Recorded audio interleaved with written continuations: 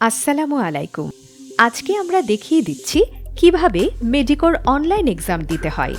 প্রথমে Google Chrome ব্রাউজারে address বারে গিয়ে ems.medico.com.bd/2023 সার্চ করলে এরকম একটি ইন্টারফেস দেখা যাবে, যেখানে তুমি তোমার রোল ও সিরিয়াল দিয়ে লগ ইন করবে।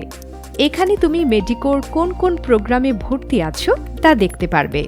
এখানে মেডিকেল ফার্স্ট টাইম অফলাইন ও মেডিকেল ফার্স্ট টাইম অনলাইন দুটি প্রোগ্রাম দেয়া আছে। যারা অফলাইনে ক্লাস করে তারা শুধু মেডিকেল ফার্স্ট টাইম ক্লিক করবে, আর যারা অনলাইনে ক্লাস করে মেডিকেল ফার্স্ট টাইম অনলাইনে প্রোগ্রামটি ক্লিক করবে। অনুরূপভাবে সেকেন্ড টাইমারদের জন্য মেডিকো সেকেন্ড এবং সেকেন্ড টাইম ট্রায়াল কোর্স 2023 দুটি অপশন দেখা যাবে।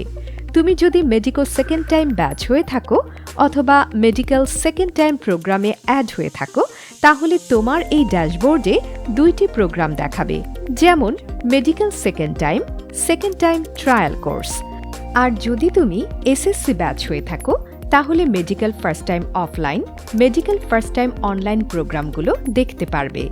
উদাহরণস্বরূপ মনে করি তুমি সেকেন্ড টাইম ব্যাচের স্টুডেন্ট, তাহলে এই অপশনটিতে ক্লিক করতে হবে।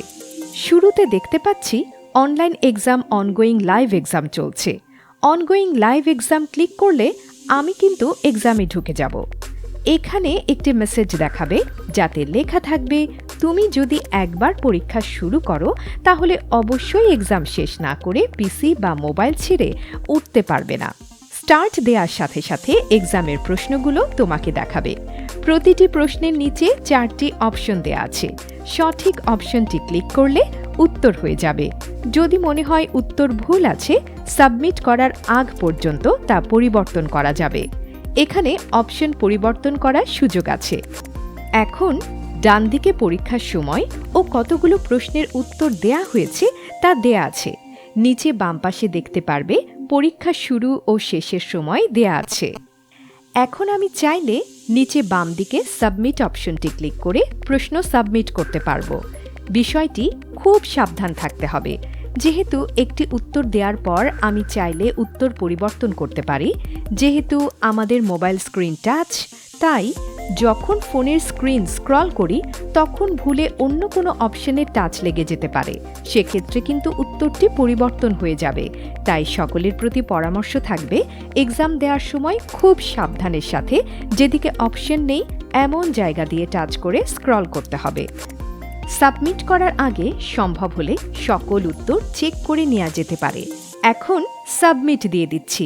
দেওয়ার সাথে সাথে রেজাল্ট দেখা যাবে। আমি কত নাম্বার পেয়েছি তা দেখা যাবে। এখানে প্রতিটি ভুল উত্তরের জন্য -0.25 অতিরিক্ত কাটা যাবে। এখানে দেখা যাবে আমি কোন কোন প্রশ্নের কী উত্তর দিয়েছি এবং তার ব্যাখ্যাও তার নিচে দেয়া থাকবে।